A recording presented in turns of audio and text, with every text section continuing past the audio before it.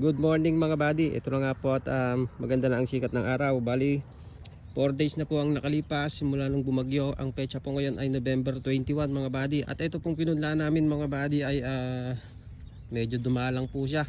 Parang nalusaw po siya. Grabe naman.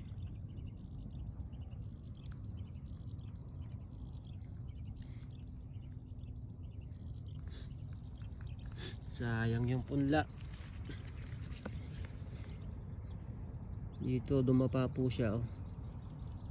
Ayan na po yung mga punla oh. Wala na. Hindi na mabubuhay yan. Ay nako. Dumalang itong punla mga buddy. Halos konti lang po yung tumubo. Konti lang yung nabuhay. Paisa-isa lang po oh. Ayan lang yung nabuhay oh. Tapos itong iba parang nalusaw. Nalusaw po yung iba. Nalusaw yung karamihan pala. Grabe naman nangyari sa mga punla na to. Halos lahat po ng punla dito ay nasira. Madalang lang yung hindi. Halos lahat ng punla nagbawas. Kung meron mang hindi inanod, nagbawas naman po yung mga punla. Dito sa gawin na to medyo okay pa naman mga buddy. Medyo makapal-kapal pa siyang tignan dito, pero dun sa bungad halos walang natira.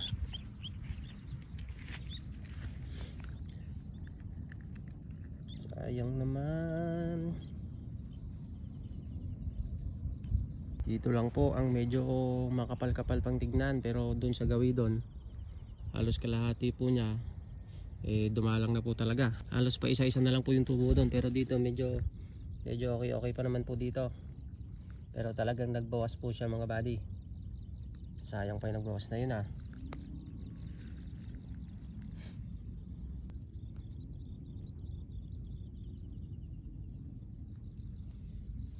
Hay nako, sayang yung punla. Ang mahal pa naman po ng buto mga buddy. Yung isang lata po nito ay 2,650. Ito po kasi pinunla namin dito. Mga ano po to 8 lata po yun. Sa 2,650 di magkano na yun. Tapos halos kalahati lang po yung natira dito sa pinunla namin. At dumalang nga po.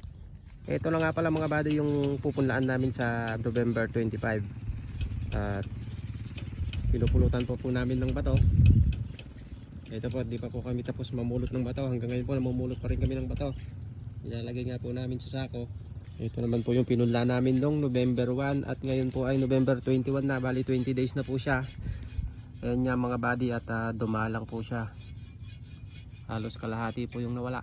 Yan, bali ang gagawin po namin ngayon mga buddy, mag-i-tractor po kami, magdadapurak po para mabilis na isa lang yung pupunlaan namin ng sibuyas. I-assemble po muna namin yung tractor. Ayan na nga mga buddy, na-assemble na po namin yung tractor at mapasalan na po namin itong pupunlaan namin ng sibuyas para mabilis po siyang para mabilis siyang mahalo at para hindi po kami magahol sa pagpupunla.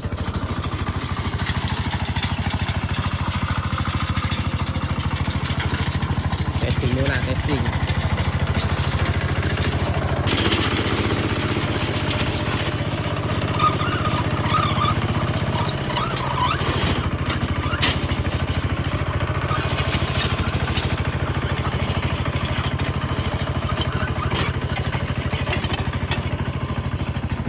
Mga buddy, at ginumpisa na po namin magdapurak dito sa pupunlaan namin ng sibuyas gamit po yung tractor. At habang nagdadapurak si kuya ay siyempre mamumulot po muna kami ng bato dito sa isang balos. Ayan, at medyo marami-rami pa rin tong batong pupulutan dito. Hanggang ngayon mamumulot pa rin kami ng bato hanggat hindi po kami nakakapunla habang may lumalabas na bato. Yan, natapos na nga pong dapurakin dito sa kabila, kaya po lumipat naman po dito sa kabila. Ayan mga buddy oh. Ito po yung pupuntaan namin. Tapos ito po mga buddy, testing po namin kung madadapurak itong dalawang balos na to kasi lumapat po yung lupa nya. Testing natin kung kayang araruhin ng tractor.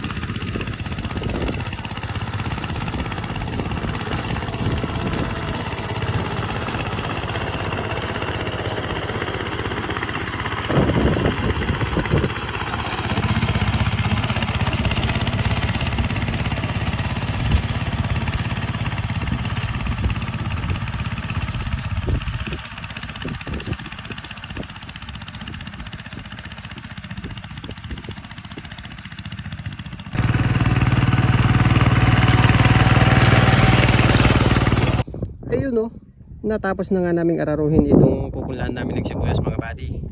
Naararo na po namin yan dati bago bumagyo. Kaso nung bumagyo mga buddy, lumapat na naman po yung lupa. Kaya inararo na naman po namin ngayon. Para bumuhaghag na naman po yung lupa at para hindi po kami mahirapang mamunla. At syempre naararo na naman po kaya lumabas na naman po yung mga bato. Kaya yun na naman po yung ginagawa namin ngayon. Pinupulot po namin yung mga batong lumalabas na yan.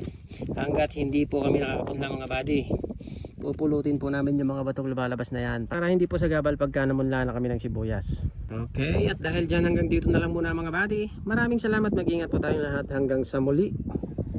Bye bye.